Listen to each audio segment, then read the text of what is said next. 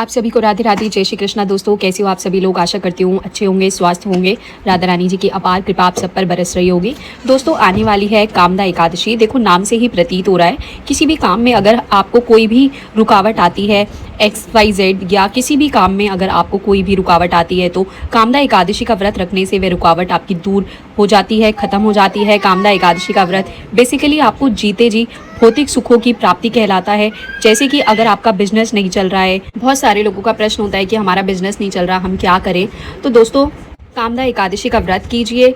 आप जॉब में प्रमोशन नहीं हो रही, क्या करें? कामदा एकादशी का व्रत कीजिए। हमको मकान में सफलता प्राप्त नहीं हो रही, मकान नहीं बन पा रहा है, घर नहीं ले पा रहे हैं, क्या करें? कामदा एकादशी का व्रत करो। जैसे आम फलों का राजा होता है वैसे एकादशी जो होती है दोस्तों वह व्रतों का राजा बोली जाती है। कामदा एकादशी अप्रैल महीने की सबसे पहली एकादशी होती है। कामदा एकादशी का व्रत रखने से किसी भी प्रकार से कोई भी काम की जो सिद्धि होती है वो आपको प्राप्त हो जाती है। अब क्या कामदा एकादशी से नए व्रत का प्रारंभ कर सकते हैं? तो देखो मैं हमेशा कहती हूँ नए व्रत का प्रारंभ अगर शुभ मुहूर्त, शुभ तारीख और शुभ एकादशी से किया जाए तो कहते हैं संपूर्ण हो जाता है। वो बहुत अच्छी तारीख से खिंचता है। जैसे कि निर्जला एकादशी हो गई, आप एकादशी के व्रत का प्रारंभ कर सकते हो, ठीक है ना। उत्पन्ना एकादशी हो गई, आप नई एकादशी के व्रत का प्रारंभ कर सकते हो। देवनी एकादशी हो गई, आप नए एकादशी के व्रत का प्रारंभ कर सकते हैं। ये 3 एकादशी बहुत इंपॉर्टेंट एकादशी है। वैसे भी अभी आने वाली है देव निर्जला एकादशी भी आने वाली है, आप उससे एकादशी के व्रत का प्रारंभ कर सकते हैं, ठीक है ना। तो कामदा एकादशी का व्रत आपकी सभी ही इच्छाओं, जो भी इच्छाएं हैं, सभी प्रकार के काम को पूरा करने वाला कामदा एकादशी का व्रत होता है। अगर संतान प्राप्ति की इच्छा भी है और वो भी संपूर्ण नहीं हो रही है तो कामदा एकादशी का व्रत करने से आपकी संतान प्राप्ति की जो इच्छा होती है वो भी संपूर्ण हो जाती है। मैं हमेशा कहती हूँ दोस्तों एकादशी का व्रत 1 दिन का नहीं होता, 2 दिन का, 3 दिन का होता है। अब आप कहोगे 3 दिन का व्रत रखना होता है, नहीं, 3 दिन तक कोई भी व्रत नहीं रखना होता। एकादशी से 1 दिन पहले जो होता है वो दशमी तिथि होती है, ठीक है ना। दशमी तिथि पे कुछ नियमों का पालन करना होता है, जैसे कि दशमी तिथि पे संपूर्ण ब्रह्मचर्य का पालन करना होता है। दशमी तिथि पे किसी भी प्रकार की कोई काम वासना क्रीड़ा को अंजाम नहीं देना होता। दशमी तिथि पे लहसुन, प्याज, मांस, मंदिरा उपयुक्त भोजन नहीं करना होता। दशमी तिथि पे आपको किसी भी प्रकार से संभोग क्रिया नहीं करनी होती। दशमी तिथि पे पृथ्वी शयन करना होता है। दशमी तिथि पे सूर्यास्त के बाद भोजन नहीं खाना चाहिए। ये कुछ 6 नियम है जो आपको 10वीं तिथि पे अवश्य फॉलो करने चाहिए। अब दोस्तों देखिए बड़े सारे लोग ऐसे होते हैं जो ऑफिस से बड़ी देर से आते हैं, तो भाई अब क्या करें? अब आप ऑफिस से बहुत देर से आ रहे हो तो ऑफिस जब देर से तो पॉसिबल नहीं है आपके लिए, सूर्यास्त हो चुका होगा, तो आपको क्या करना है, जैसे कि दूध हो गया, फ्रूट्स हो गए, इन चीज़ों का सेवन करना आप कर सकते हो। फिर एकादशी वाला दिन होता है, एकादशी में कुछ नियमों का पालन करना होता है, जैसे कि सुबह सुबह ब्रह्म मुहूर्त में उठना होता है, पानी में कुछ ना कुछ डाल के स्नान कीजिए। गंगा जल डाल के स्नान कर सकते हैं, यमुना जल डाल के स्नान कर सकते हैं, सब नदियों में से किसी का भी जल डाल के आप स्नान कर सकते हैं। कुछ ना कुछ मिलाकर ही आपको स्नान करना है।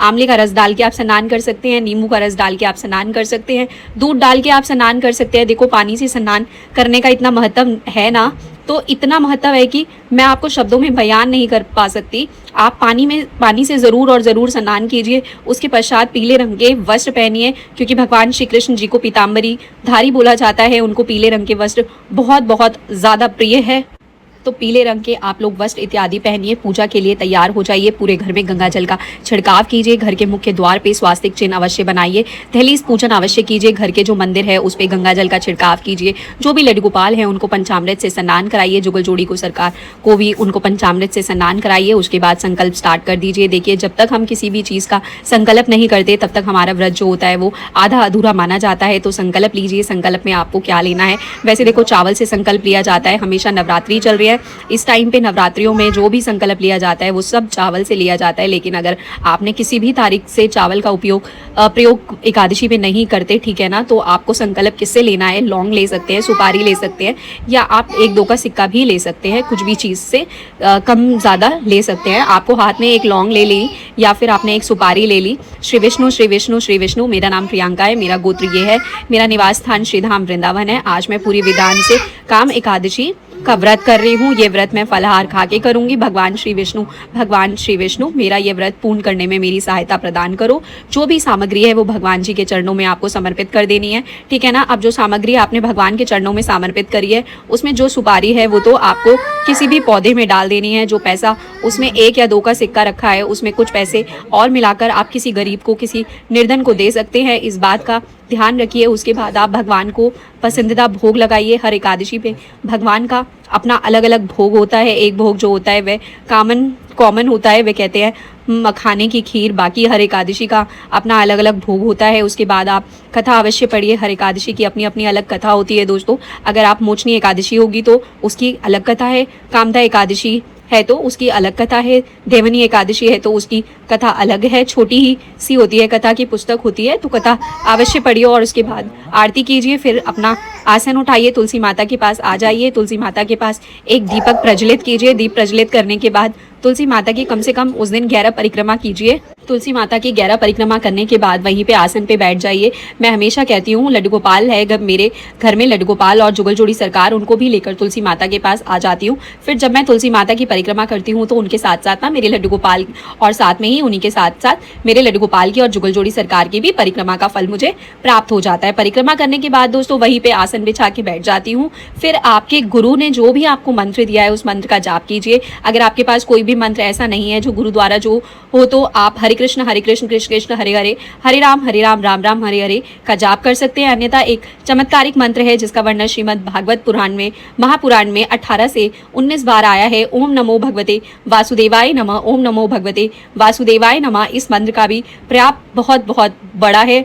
और दोस्तों इस मंत्र के प्रताप से ध्रुव ने भगवान को प्राप्त किया, प्रहलाद ने भगवान को प्राप्त किया, कयादु ने प्रहलाद ने जैसे पुत्र की प्राप्ति करी। बहुत पावरफुल मंत्र है। एक दासी पुत्र नारद मुनि ने बने तो इसका वर्णन भी 18-19 बार श्रीमद् भागवत पुराण में आया है। अन्यथा हमारे संत श्री प्रेमानंद जी महाराज जी बोलते हैं, राधा राधा राधा कट जाएगी सभी प्रकार की बाधा। तो मंत्रों का जाप कीजिए, उसके बाद उठ जाइए और फिर अपना फ़ोन पर या फिर यूट्यूब पर भजन वगैरह चला लीजिए, विष्णु सहस्त्र नाम चला लीजिए, ठीक है ना। उसके बाद अपने घर के दैनिक दिन के नियम के जो भी काम है वो करें। यह नहीं कि फ़ोन पे किसी की चुगली कर रहे हैं, किसी की निंदा कर रहे हैं। आपके घर में जो भी दैनिक नियम के कार्य हैं वह कार्य आपको करना है। वह कार्य करने के तत्पश्चात आपको क्या करना है, वो कार्य आपने कर लिए। उसके बाद आपको क्या करना है, कार्य करने के तत्पश्चात आपको कुछ चीज़ों का और भी पालन करना है। जैसे कि दिन में सोने की मनाही होती है, एकादशी पे दिन में सोने की मनाही होती है, ठीक है ना। और सूर्यास्त के बाद भोजन नहीं करना चाहिए।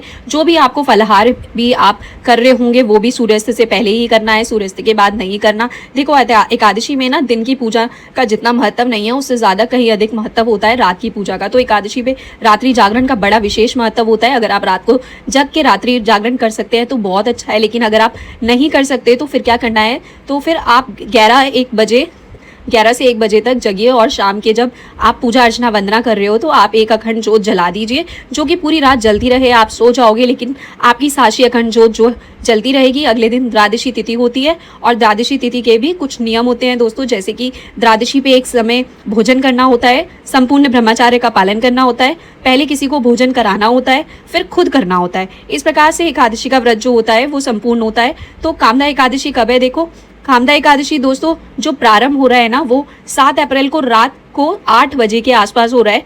याद रखिए 7 अप्रैल को रात को 8 बजे के आसपास कामदा एकादशी का प्रारंभ हो रहा है। मतलब 7 अप्रैल को हम लोग दशमी तिथि के नियमों का पालन करेंगे।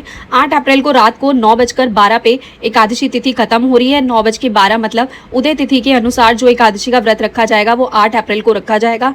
याद रखिए 7 अप्रैल को हम जिसका व्रत करेंगे, 7 अप्रैल को हम दशमी तिथि के नियमों का पालन करेंगे। 8 अप्रैल को व्रत रखेंगे, 9 अप्रैल को हम दशमी तिथि के नियमों का पालन करेंगे। तो इस बार जो व्रत रखा जा रहा है दोस्तों, मैं बांके बिहारी जी के मंदिर की बात करूं तो 8 अप्रैल को है वहाँ पर।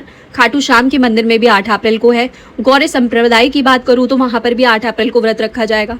नियमित संप्रदाय की बात करूं तो वहाँ पर भी 8 अप्रैल को व्रत रखा जाएगा। इस्कॉन टेम्पल की बात करूं तो वहाँ पर भी 8 को ही व्रत रखा जा रहा है। अर्थात पूरी जगह कहीं भी मैं बात करूं तो 8 अप्रैल का व्रत रखा जा रहा है। तो ये है कि हमारी जो एकादशी है वो अभी इस महीने 8 अप्रैल का व्रत है। तो आपको वीडियो अच्छी लगी हो, जानकारी अच्छी लगी हो तो वीडियो को लाइक शेयर कर दीजिएगा दोस्तों। और अगर आप इस चैनल पर पहली बार वीडियो देख रहे हो तो प्लीज़ चैनल को सब्सक्राइब कर दीजिएगा। अब मैं लेकर आऊँगी एक और वीडियो कल आप सभी के लिए। और अभी फिलहाल आप सभी को मेरी तरफ से राधे राधे, जय श्री कृष्णा, बांके बिहारी लाल की जय दोस्तों।